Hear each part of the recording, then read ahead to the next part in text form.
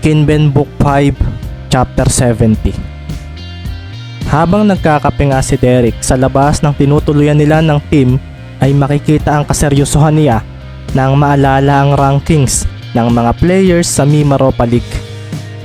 Nasa number 1 si Mendez at sinusundan ni Lastimosa.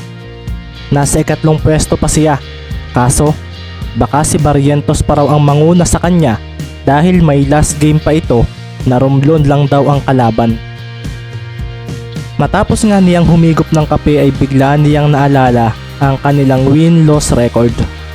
Kapag natalo naman sila ay magiging 3-3 sila at ang iniisip niya ay ang Oriental Mindoro team.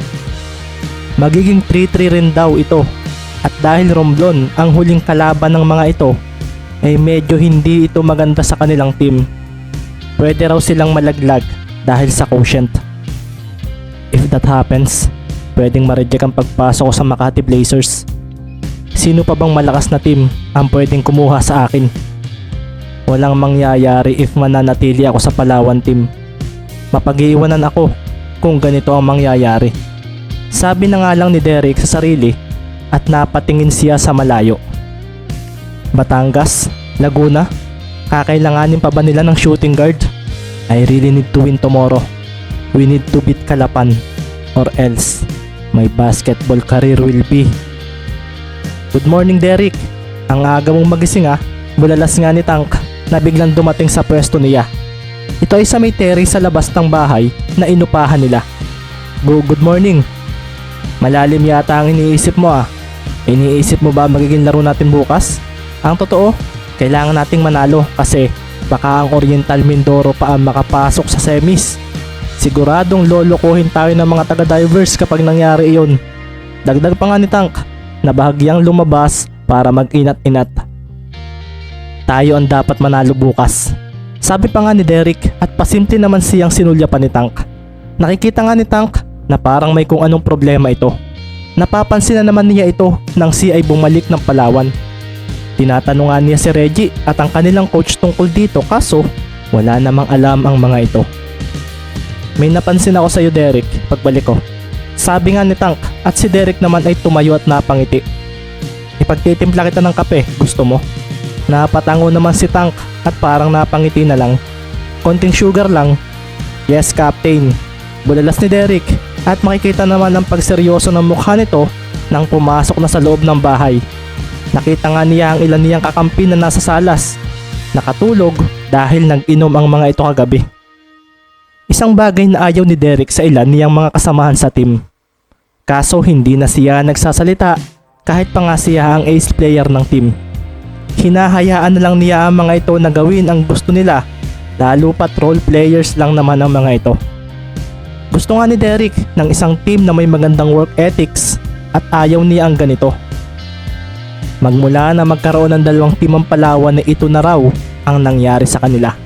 Nawala si Narer at Calvin at mabuti na lang at si Reggie raw ay hindi nagaanong umiinom ng alak dahil sa nililigawan nitong babae. Kaso naiinis din siya sa kanyang Captain Tank dahil sa kabila ng pagiging leader ng team ay parang okay lang daw sa kanya ito. Malakas ang team natin. Kita mo naman sa Maharlika, kahit ganito tayo, kaya pa rin naman nating tumalo ng mga teams na kasali. Sinabi nga sa kanya ni Tank, minsan nang mag-happy-happy sila sa isang resort dito sa Palawan. Hindi malakas ang team natin. Kung aalis ako sa team na ito, I am really sure na wala nang mangyayari sa inyo.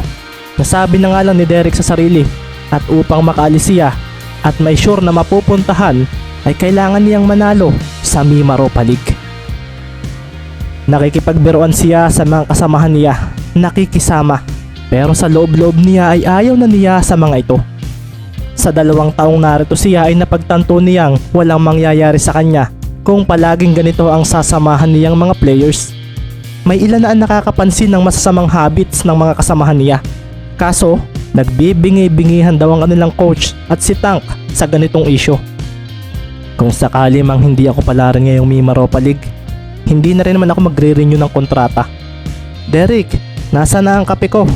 Bulalas nga ni Tank at si Derek ay napaseryoso na lang na nagtimpla ng kape sa magulong kusina nila. Siya pa raw ang naglinis dito kahapon Kaso ito na naman daw ang itsura nito. Isa nga itong pangit na bagay ng Team Falcons na ibang iba sa team ng Divers. Hindi ito alam ng mga fans nila, pero kung malalaman nila ang pangit na habits ng mga players nito ay siguradong ang Divers na ang kanilang susuportahan. Sumapit na nga ang araw ng linggo. 2 linggo na nga rin magmula na mag-umpisa ang Mimaropa League ang pagpasok ng semifinals. 2 laro lang din ang mayroon sa araw na ito at crucial game ito para sa Oriental Mindoro Tamaraws at sa Palawan Falcons. Sa kasalukuyang record ng Ormin na 2-3 ay may -11 silang quotient habang ang Falcons na may 3-2 na kartada ay may +20. Kung titingnan ay parang lamang ang Palawan, kaso ang number 1 team na Kalapan na makakalaban nila habang ang Ormin ay ang Romblon ang kakaharapin. Kung magagawang tambakan ng Tamaraws ang marbles ay pwedeng maging positive ang quotient nila habang ang Palawan naman ay kailangang manalo o hindi kaya ay maging dikit ang score kung sila ay matatalo. Ngunit sa mga huling laban ng Kalaban ay makikita sa scores ang dominasyon nila kung kaya malaki ang chance na mamiligro talaga ang team ni Mr. Expedito. Sa PPC Coliseum gaganapin ang 2 laro at ang mga manonood ay pinuno na ang loob ng venue, lalo pat ang araw na ito ay walang pasok ang ibang mga nagtatrabaho. Ang Oriental Mindoro at Romblon ang unang naglaban at gaya ng inaasahan ng mga local analyst, ang Tamaraws ang nagwagi na nagbigay ng pag-asa sa mga ito na makapasok sa top 4. Tinambakan nila ang marbles at tinapos ang laban sa score na 85-113. Si Henrik Ramirez nga ay nagtala ng 40 points para sa Ormin at nagbigay ang larong ito sa kanila ng +17 na score quotient. Kailangang manalo ng Falcons o kung matalo man sila, dapat ay hindi tataas ng 4 ang lamang ng Kalapan. Seryoso ang winika ni Rare na makikitang katabi si Calvin. Nasa kabila nga rin ni Rare ang kanyang mga kapatid at ang kanyang tatay. Kaso, magagawa kaya ito ng Falcons? Tanong na nga lang din ni Calvin na napatingin sa pagpasok ng sunod na teams na maglalaban.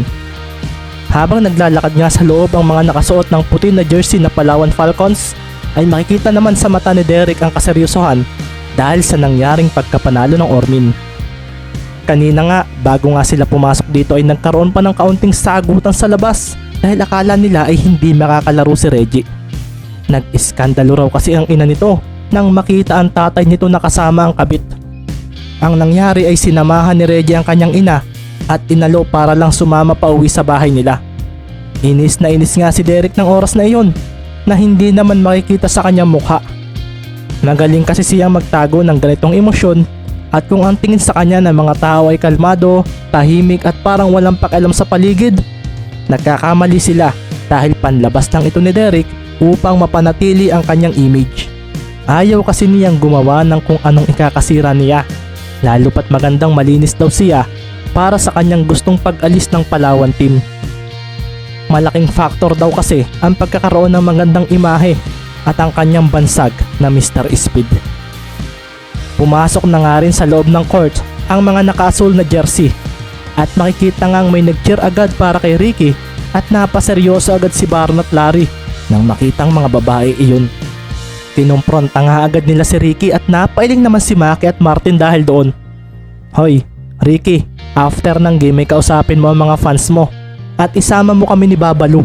Sabi nga agad ni Baron na may pag-akbay pa kay Ricky. Ayaw ko kuya, baka picturean ninyo ako at ipantakot sa akin kay Andrea. Banat agad ni Ricky na ikinangiti naman ni Mover. Napatikhim naman si Coach Isaiah na nasa likuran lang nila ng oras na iyon. Napangiti na nga lang ng pilit si Baron nang maalalang tatay nga pala ng girlfriend ni Ricky ang kanilang coach. Huwag ninyong yayain sa kalokohan si Ricky. Pinababantayan ng anak ko sa akin niyan. Sabi nga ni Isaiah at agad na nagsorry si na Baron dito. Tawang-tawa nga si Martin dahil hindi ugali ni Baron na magsorry kaso takot ito sa kanilang coach kaya nangyayari ito. Ipapatalo ba natin ang game para ang Palawan na makapasok? Bigla pa ang banat ni Marky na kinaseryoso agad ni Coach Isaiah. Huwag ninyong ipapatalo ang laro, dyan tayo magkakagalit. Bulalas agad ni Coach Isaiah at agad namang nag-peace sign si Marky rito. Sorry coach, may isa kasing player nila ang lumapit sa akin kanina. Pag-amin ni Marky at napaseryoso naman si Ricky nang marinig iyon. Napasulyap tuloy siya sa Palawan team na nagsisimula ng mag-warm up. Gagawin pa nila iyon? Hindi ba malakas sila? Sabi naman ni Baron na pagdating sa bench ay agad na nag-ayos ng uniforme. Baka naniniguro lang. Crucial spot kasi sila. Tapos nanalo ang Ormin kanina. Sabi naman ni Tristan at napailing naman si Coach Isaiah. Pinalakpakan niya ang kanyang mga players para kuhanin ng atensyon. Hayaan na ninyo sila. Mag-focus tayo sa mangyayaring game. Gusto kong bumalik tayo ng Kalapan nang walang talo. Bulalas ni Coach Isaiah at malakas na oo naman ang tugon ng kanyang mga players na nagsimula nang pumasok sa loob ng court para sa warm-up. Makalipas naman ang warm-up ng dalawang team ay nagpunta na nga sa gitna ang mga ito para makipagkamay sa isa't isa. Makikita nga agad ang ngisian ni Baron at Reggie dahil sa pagiging mayabang nila sa paglalaro. Si Ricky naman ay nginitian. Ang parang palaging seryoso na si Derek Soko, ito ay nang kamayan niya ito. Good luck sa game sir, sabi nga ni Ricky at naalala niya ang pagpunta nito sa kanya noon para aluking sumali sa team nila. Kung tinanggap mo lang sana ang alok ko noon, baka nagkaroon ng magandang nangyari sa team. Kaso, you rejected our offer. Sabi na nga lang ni Derek sa sarili. Nakikita niya kasi si Ricky noon na isa ring magandang teammates at nalaman din niya na magaling itong manghikayat ng kasamahan. Naisip niya kung mapupunta ito sa Palawan team ay baka magbago ng habits ang kanyang mga kasama, kaso walang ganoong nangyari dahil nanatili si Ricky sa Oriental Mindoro. Nalaman din nga niya ang ginawa nitong tryout sa Batangas team, kung kaya nawala na siya ng pag-asa noon. But it already happened at kailangan ko nang tanggapin ang katotohanan. Hindi ako pwedeng matalo sa game na ito. Seryoso pang sinabi ni Derek sa sarili at sa pagbalik nila sa bench ay makikita nga si Soko na malalim ang iniisip. Huminga rin siya ng malalim at pinakita ang kanyang kalmadong presensya. Naghanda na nga ang mga papasok sa laro ng mga players. Kinausap na rin nga sila ng kanilang mga coaches at sa pagsilbato ng referee ay dito na nga rin makikita ang pagpasok ng first five ng dalawang team na kaagad na ikinakalampag ng mga manonood. Last game na ito ng regular games, kaya kailangang manalo tayo. Wika nga ni Ricky na siyang nanguna sa kanyang mga kasama. Malakas na oo naman ang sagot ng mga ito at pagkatapos noon ay kanya-kanya na sila ng tingin sa isa't isa. Si Marlon ay nagpunta na nga sa gitna para hintayin ang kanyang katapatang sentro. Walang iba kundi ang isa sa malalakas na sentro ng Maharlika League. Kalapan City Blue Phoenix 5-0. Ricky Mendez number 3, 5'6", point guard. Maki Romero number 24, 6'0", shooting guard. Carlo Ibanez number 8, 6'7", small forward. Marky Lee number 4, 6'8", power forward. Marlon Magbuo number 6, 6'9", center. Palawan Falcons 3-2. Jimuel Lazaro number 3, 6'0", point guard.